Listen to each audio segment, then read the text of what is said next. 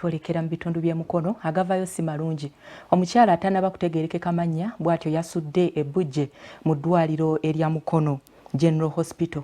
Omwana ono yakebeddwa n'asangibwa n'ekirwadde ekya ania wabula akadde kano akyali mu ngalo z'abasawo naye nga kamera enkessi zaagezezzaako okukwata effeesi y'omukyala ono.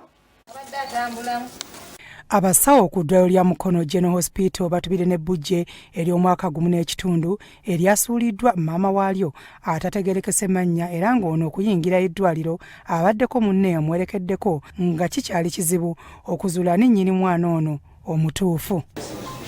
Tumanya wa Luganda bali mutobo wa Luganda, but you can see them. She seems to be pregnant.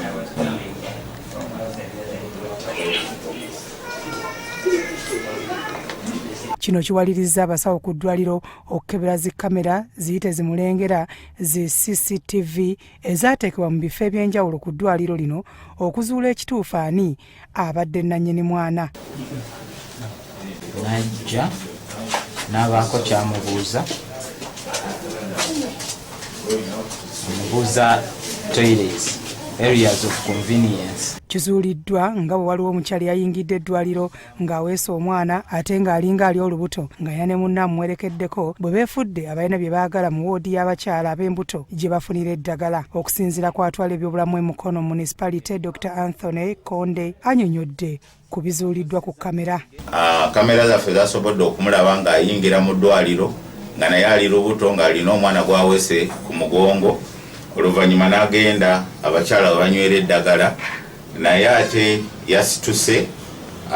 Kamera ezitulaga nti alina bwe yabuuzizza nga ndowooza ayagala gendako manju n'amulekera omwana kati ne yeemulula n'ayita mu geeti ey'emmanju n'agenda. Gwe yalekedde omwana yalinze amulekedde omwana nga takola ki tamulaba.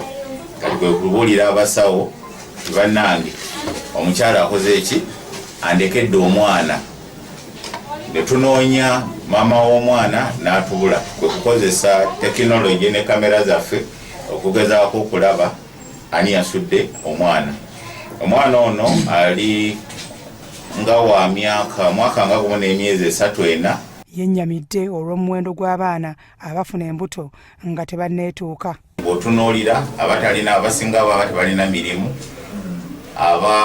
olumu yava mu ssomero nga tannamaliza kusoma kati okufuna embuto nga bakyali bato ebizibu ebimu byebyo bye tusanga kati ng'ono yasudde ki omwana n'abamu abajjamu embuto. So ensonga eno nkulu nti bangi bazaala nga tebakyali bato. Oluvannyuma tutuuseeko ew'omusawo Kaweesa Rita omukozi ku ddwaliro lino era nga mutuuze w'ekyetume nga yaweereddwa obuvunaanyizibwa obw'okulabirira ebbujje lino n'annyonnyola ng'omwana ono bwe yasangiddwa ng'alina ekirwadde kya ania. Yafuuse ekitundu ku ffe. Bwe yatufuuse ekitundu ku ffe ffenna twasanyuse ne tumulaba bwe twamulabye omwana tumutuuma erya Ezra era bw'omuyita Ezra kati teyatutawaanyiza teyakaabye okulyalya bulungi negana amabo ge bamuleese nago kama mulungi nti ebbwa likalidde mu lunaku kyetubadde ne mugongo mwonna baamwokya wano kati n'omugongo nagwo mwokye gulimu n'enkwagulo. Bwe banaabasanze abazira kisaba n'aba basobodde okubeera naye bwe banaaba biremye omukyalo ono yeyamye okubeera n'omwana ono paka nga bazadde be balabise.